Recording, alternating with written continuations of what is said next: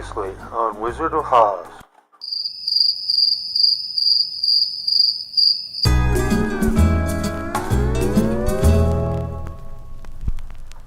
Mailbox. Dear Wizard of Oz. Our peoples portended your arrival 70 years ago. We are a city and land divided. There are those who believe you are a magnanimous and beneficent wizard. Do not count me among them. Although I've kept an open mind, our scientist, Scarecrow, hacked your videos before your launch. We are deeply disturbed by your willful and decadently bad puntsmanship. Not every joke must be a pun. Your singing reminds me of screaming centipedes dancing on a hot skillet. You dance like a one-legged flamingo in a piranha pond. Further speaking, may I say your behavior in these videos is campy at best, low IQ at worst. If WYSIWYG, we must take a pass. If you can't alchemize yellow lead paint into gold, don't step on those bricks. If you attempt to resume your work here, I can tell you, we will look behind your curtain. We demand you mend your deplorable ways. Come and claim your city and land. Allow us to rejoice with the musical chatter of a thriving marketplace. Might we squint into the shiny smiles of a preposterous populace again? Allow the wretched refuse to saliva glue their lips to your toes? Because that would be like, really wicked. Suspiciously yours, Dorothy of the Land of Oz, Dorothy's. Oz never did give nothing to the Tin Man that he didn't already have. Poet's Beat. During a microburst of wind, I saw a dandelion stand strong with the weeds.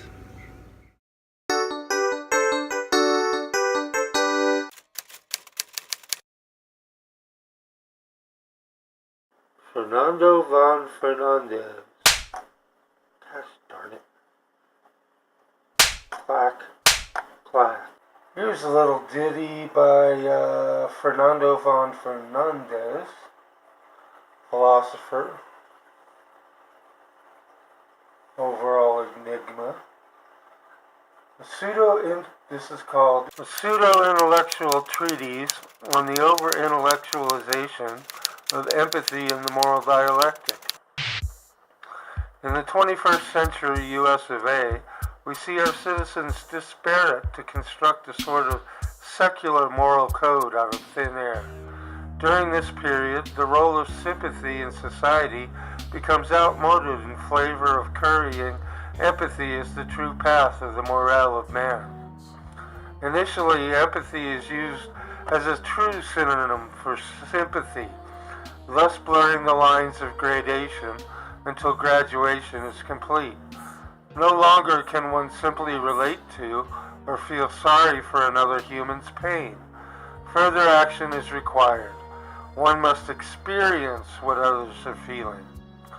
In order to comply, people began to aimlessly wander into emergency rooms, welfare offices, houses of ill repute, mental wards, mortuaries, and packing plants, and then just sit for hours, sometimes days, like a pint bottle of Absorbine Junior on a wart.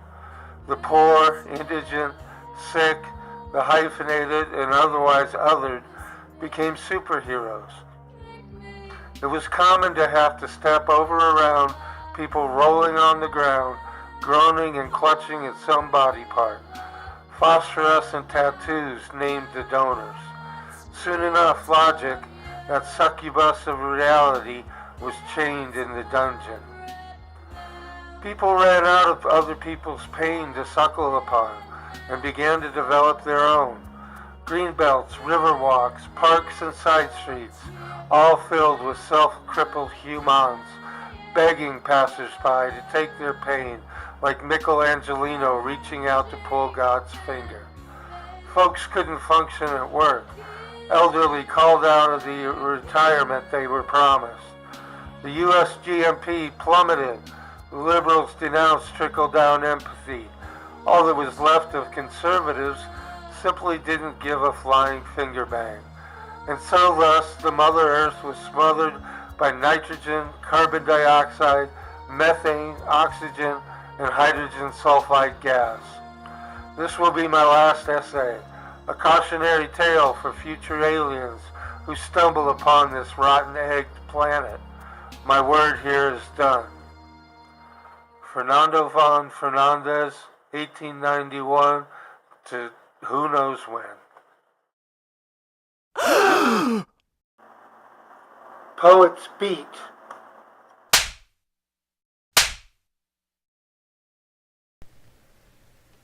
The month of Daddy's exile. Mommy would bring simple candy, gumdrop, lollipop, pixie stick, maybe a kiss. Oh, how we laughed of Jesus dividing bread and fish. She always snuck me an extra pop rock. Some people don't understand how to share, and I plead to no one. Each day, the first month of Daddy's incarceration, after he left Mommy open as a rabid Pez dispenser.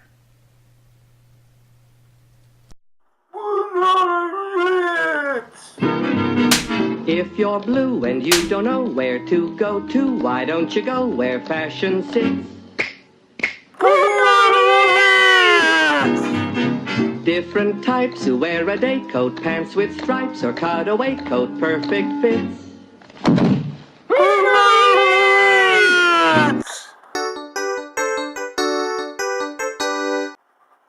Mystery clue number 2. When it comes to poetry, literature, the arts, what is your conceptual continuity? Well, sir, that's a great question. What is my conceptual continuity? I do try to reduce my words to the bare minimum. Convey as much as I can without extraneous filler that might otherwise affect the reader and their perception of what I have written. Ooh, that sounds good. I hope this is acceptable. Poets beat. I stepped into a puddle of muck and yuck and said, "What? That's a lot of stuff."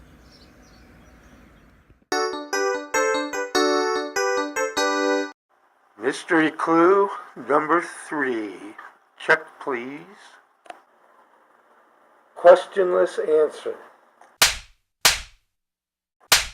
I thought we had agreed you would not bring that up, but since you have, yes, I do look a lot like Kim Kardashian. People have told me that for years. I did wind up sending my DNA off.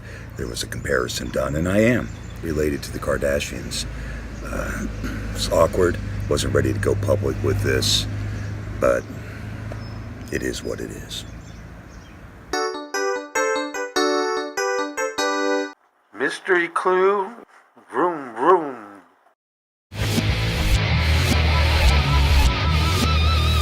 Subscribe. Subscribe. Subscribe. Subscribe.